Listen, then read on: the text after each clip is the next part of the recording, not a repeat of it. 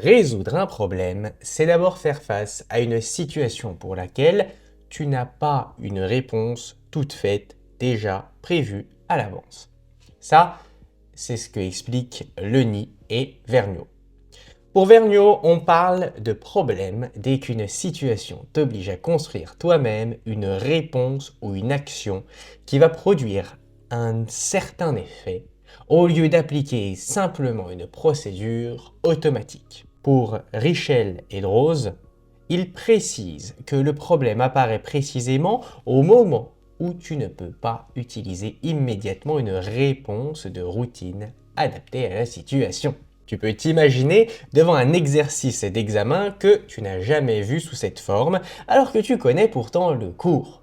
Tu ne peux pas juste réciter, tu dois organiser tes connaissances pour inventer une réponse pertinente. Dans ce cas, tu sens bien que tu n'es plus dans l'application mécanique d'une méthode, mais dans une véritable activité de résolution de problèmes. Dans une situation de problème, plusieurs éléments sont toujours en jeu, même si tu n'en as pas toujours conscience. Tu dois réaliser des tâches complexes en visant un but précis, ce qui t'oblige à organiser tes actions et tes idées. Tu dois aussi élaborer ou choisir une procédure adaptée au contexte, ce qui suppose que tu prennes en compte les particularités de la situation au lieu d'appliquer une méthode standard sans réfléchir. En parallèle, tu dois repérer ce qui fait que la situation est vraiment problématique, c'est-à-dire définir ce qui coince, ce qui bloque, ce qui doit être transformé pour atteindre le but. Tu mobilises alors un ensemble de connaissances, parfois très variées, qui viennent de ton expérience, de ton cours, de tes entraînements, et tu dois les combiner de manière pertinente. C'est cette mobilisation intelligente des connaissances qui distingue la résolution de problèmes d'une simple répétition de ce que tu as appris.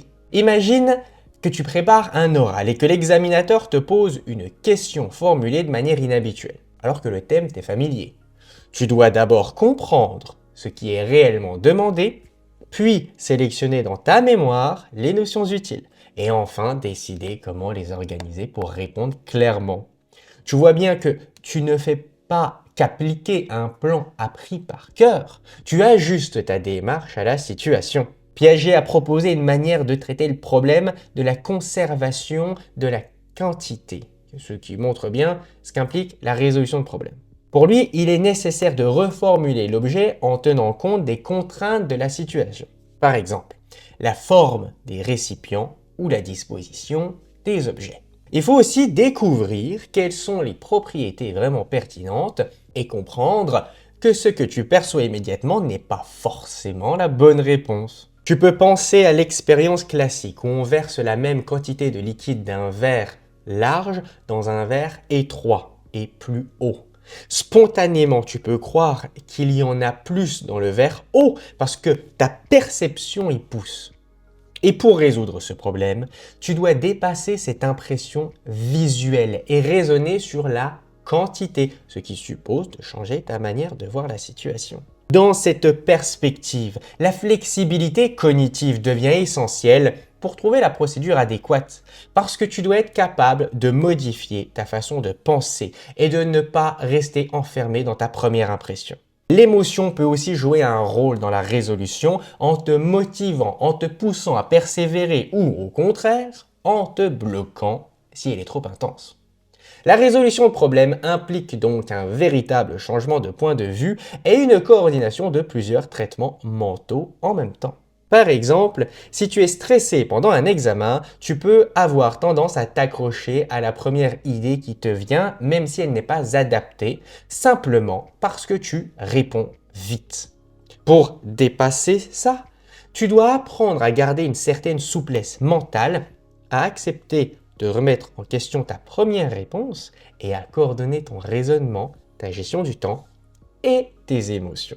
La théorie de Gestalt met en avant l'idée que pour résoudre un problème, tu as besoin d'une pensée créative, par opposition à une pensée purement reproductrice. La pensée créative ne se contente pas de répéter des solutions déjà connues, elle cherche à voir la situation autrement, à la réorganiser mentalement. La restructuration du problème consiste justement à modifier ton point de vue et à recoder la situation, c'est-à-dire à la représenter différemment dans ton esprit. Cette restructuration suppose une coordination de plusieurs traitements cognitifs, car tu dois à la fois analyser les éléments de la situation, les relier entre eux et construire une nouvelle représentation du problème directement en contexte.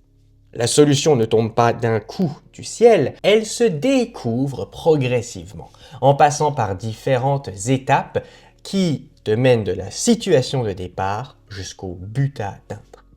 Tu avances ainsi par essai, réorganisation, prise de conscience partielle, jusqu'à ce que la solution devienne évidente. Imagine que tu essayes de comprendre un énoncé particulièrement tordu. Au début, tu le lis de manière linéaire et tu ne vois pas comment t'y prendre. Et puis, en le relisant, tu décides de repérer d'abord les données, puis la question, puis les contraintes, et tu te rends compte que le problème devient plus clair. Tu viens changer de point de vue sur l'énoncé, tu l'as restructuré mentalement. Cette nouvelle organisation te permet enfin d'entrevoir une solution. La conduite de persévération correspond à une difficulté à interrompre des routines d'exécution, même lorsqu'elles ne sont plus adaptées à la situation. Tu peux alors avoir du mal à partager tes ressources émotionnelles, à gérer plusieurs tâches simultanément et à déplacer ton attention d'une catégorie de stimuli à une autre.